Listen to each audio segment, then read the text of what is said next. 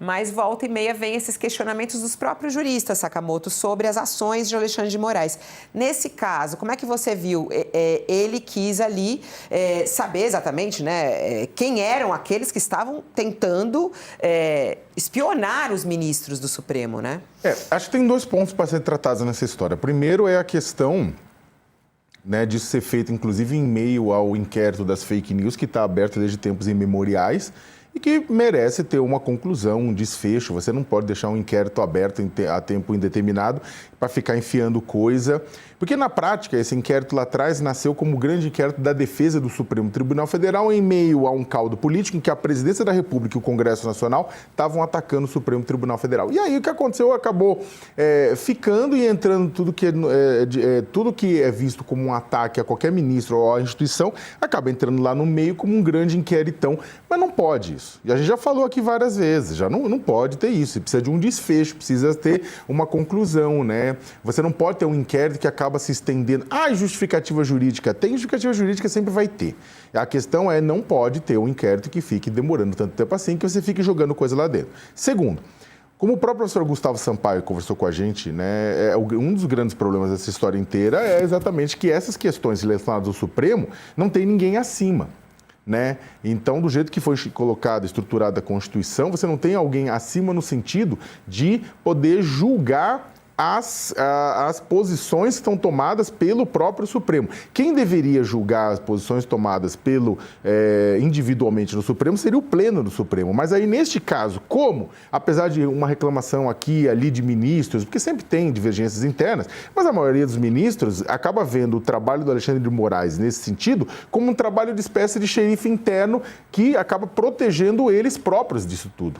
Então, e eles entregaram para o Alexandre de Moraes lá atrás essa função de xerife próprio do Supremo, né, para proteger os próprios membros do Supremo desses ataques. E aí o que acontece? Aqui e ali, eles veem que há um exagero aqui, um exagero ali, só que eles ainda veem isso como útil, ou seja, o Pleno do Supremo, não o CNJ, mas o Pleno do Supremo, que teria essa capacidade de fazer essa modulação, não vai fazer essa modulação, porque no final das contas concorda com isso. Né?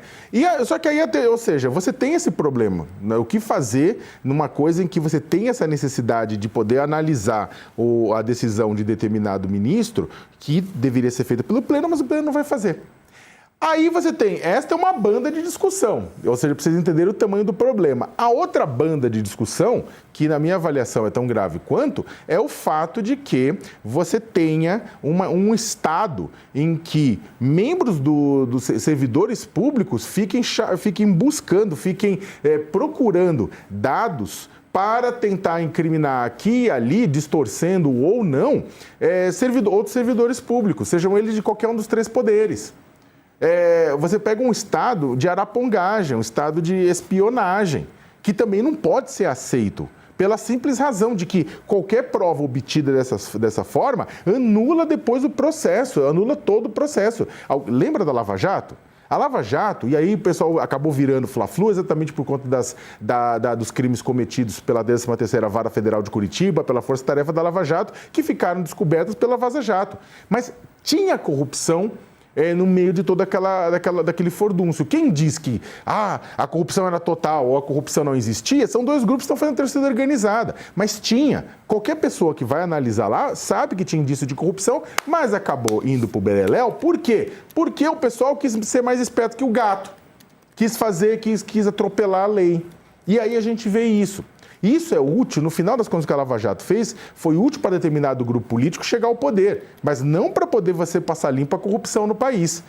Então, da mesma forma, se a gente está vendo que há problemas e há indícios envolvendo ministros do Supremo, tem que se fazer isso, buscar a forma de fazer isso dentro das 4 linhas da Constituição e não fora. Porque senão o que acontece? Vai ser depois tudo jogado na lata do lixo. E isso é uma coisa, quando vem esses questionamentos, né, Josias, por parte dos juristas, inclusive, eles caem mais uma vez nessa desconfiança que a sociedade às vezes tem a respeito das ações do Supremo Tribunal Federal e das ações de Alexandre de Moraes. E é muito importante a gente poder trazer aqui os fatos e por que chegamos a esse ponto, né, Josias? Sem nenhuma dúvida. O essencial, Fabiola, é a gente notar que as pessoas querem saber onde é que está a irregularidade. A sociedade brasileira tem o direito, sobretudo no momento que você está vivendo múltiplos escândalos, o que a sociedade brasileira deseja é saber se o comportamento daqueles que representam o Estado, no Supremo, no Congresso, no Executivo, se o comportamento das autoridades corresponde ou não àquele padrão moral que se espera de uma autoridade, né? Então, interessa a todo mundo saber se tem magistrado fazendo negócio que não deveria, se tem parlamentar pilantra, se no Executivo alguém facilitou a vida de banqueiro falido agora, ou de membro de crime organizado. Isso é, em última análise, o que desejam todos. Agora, quando você começa a torturar um inquérito, jogando tudo o que parece lixo dentro dele, um inquérito que não termina nunca, e sob o argumento de que, temos que atingir determinados fins, então os meios se justificam. Aí começa a se formar uma aura de suspeição que compromete a credibilidade das autoridades. O que o Alexandre de Moraes está fazendo é esticar um inquérito, o inquérito das fake news, que foi aberto lá em 2019, ele tornou esse inquérito eterno. E inquéritos, eles devem ser abertos e também devem ser encerrados. Costuma-se dizer que a justiça tarda, mas não falha. Aqui a justiça tarda e não chega, porque não acaba nunca o inquérito do ministro Alexandre de Moraes. E ele fez de novo.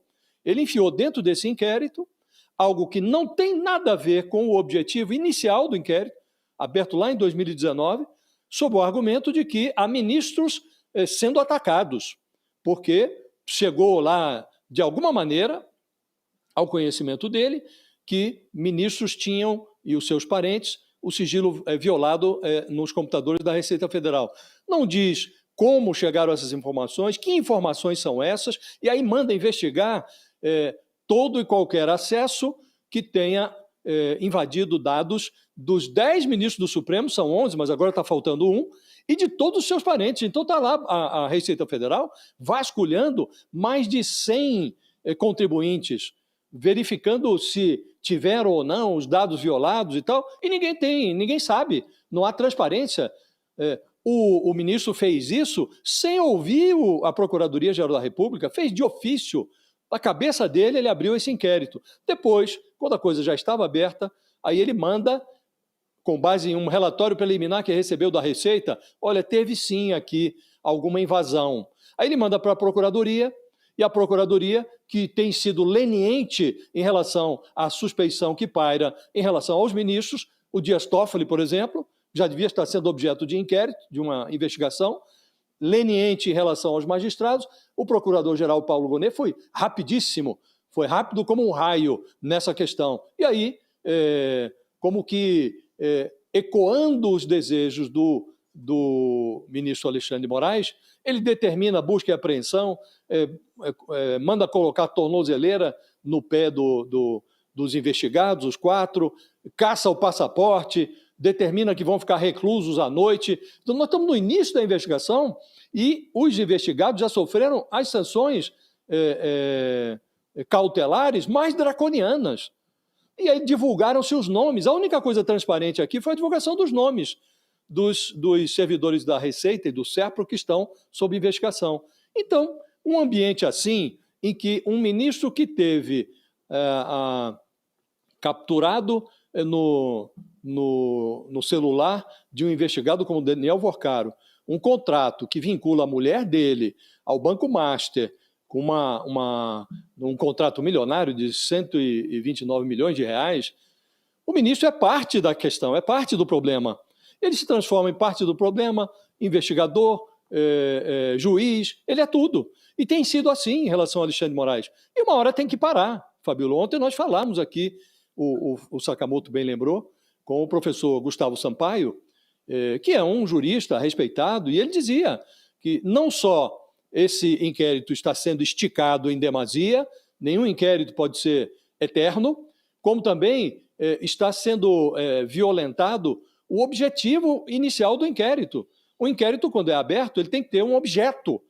Nós vamos investigar tal coisa, com tal prazo, e esse vai ser o nosso objetivo, descobrir o culpado por isso ou por aquilo. E aqui não, aqui a cada hora aparece um crime novo e um culpado que ainda ninguém conhecia. E o inquérito vai sendo esticado. Não pode ser assim, Fabiola. Se o ministro tinha alguma informação, ele até podia provocar a Procuradoria, mas abrir... Aí, se o procurador considerasse adequado, aí pediria um inquérito, ou na primeira instância, ou no próprio Supremo. Aí seria sorteado um relator, que não o Alexandre de Moraes, e o inquérito seria tocado adiante. Do modo como está sendo feito, Fabiola, compromete a credibilidade. Então, houve crime? Talvez a investigação vai dizer se essas violações são ou não comprovadas. Havendo comprovação, tem que punir, não tem dúvida. Agora, justificam os meios, de maneira nenhuma. Antes dessa decisão do Alexandre de Moraes, o fisco já apurava alguns acessos suspeitos também, né? E qualquer funcionário da Receita Federal, até para a gente poder esclarecer isso, qualquer funcionário da Receita Federal pode verificar informações fiscais de cidadãos, desde que haja uma razão para isso. E essas consultas servem para o trabalho de rotina, de fiscalização tributária, de lavagem de dinheiro, entre outras questões, né? Então, os funcionários da Receita têm essa liberação para fazer isso, esse tipo de serviço. Ontem, por ordem do Alexandre de Moraes, a Polícia Federal cumpriu 4 mandados de busca e apreensão. Os alvos foram 4 servidores da Receita Federal: Luiz Antônio Martins Nunes, Luciano Peri, Ruth Machado dos Santos e Ricardo Mansano. O ministro determinou ainda a quebra dos sigilos bancário, fiscal e telemático desses servidores da Receita Federal. Bom, para quem está conosco na TV, a gente vai fazer um intervalo, mas a gente continua nesse caso. Daqui a pouco a gente recebe, inclusive, um jurista para nos ajudar a entender isso, essas ações do Alexandre de Moraes em relação aos servidores da Receita. Ô Sakamoto, quais eram as suspeitas desses servidores especificamente, né, desses 4 servidores da Receita? A gente tem visto nos últimos meses, né, questões de conflitos de interesse baterem muito forte junto a ministros de tribunais superiores, principalmente a questão do STJ, nem tanto o STF, mas o STJ também bastante, em que você teria a operação de familiares, filhos, esposa, os escritórios de advocacia relacionados ou ligados direto ou indiretamente a ministros de tribunais superiores e casos que correm nesses tribunais, ou seja, formas de que a pessoa contrata alguém da família para operar no tribunal, exatamente porque é mais fácil, porque consegue uma resposta melhor, digamos assim, para ser educado, né? Isso começava a pipocar. E isso afetou não apenas o STJ, mas outros tribunais superiores, o próprio STF, começou a discutir o que acontecia nas famílias. A história da esposa do ministro Alexandre de Moraes recebendo aquele contrato milionário do Alexandre Vorcaro, do Banco Master, para defender o banco, né? Que é um contrato muito maior do que aquilo que é colocado pelo mercado, na média do mercado, acendeu a luz em meio a essa discussão que já estava acontecendo, inclusive cujo epicentro era o STJ. Né? E aí, só que aí começa a pulular. Aí vem a questão do ministro Dias Toffoli também. Inicialmente, ele não veio a público para falar, olha, o Tayaya... eu não consigo falar o nome desse resort sem dar risada, inclusive, mas parece desenho animado. Mas o Tayaya, né, era da família dele, todo mundo falando, não, dos irmãos. E no final das contas, ele também era um dos sócios beneficiários, para não dizer, talvez, o beneficiário principal. Então, o que acontece? Em meio a tudo isso, começa a pulular e surgir essas informações de que funcionários públicos começaram a investigar. E aí, novamente, não há nenhum problema em investigar, desde que autorizado pela Justiça. Esta é a grande diferença que faz entre um Estado democrático e um Estado policial, e um Estado ditatorial. Se qualquer pessoa... Porque o que acontece, Fabíola, não é, e a gravidade disso, não é junto às autoridades. Elas têm como se defender no final do dia. É que, se torna comum o fato de que uma pessoa, qualquer servidor, pode ir lá chafurdar o que outra pessoa fez, a gente vê coisas bizarras acontecer. Cidadãos comuns podem ser monitorados. Já vimos isso, inclusive, e tem muita gente agora de ensinar o contrário que acha que não é um absurdo. Lembra o Francenildo caseiro, Josias? Lembra dessa história? Que teve as contas checadas e aí o pessoal falou, não, que era uma sacanagem, que recebeu dinheiro e na verdade ele estava recebendo uma herançazinha, sabe? Mesmo assim teve seu sigilo fiscal quebrado na caixa. Então, tomar cuidado com isso, vamos devagar com o andor que o santo é de barro.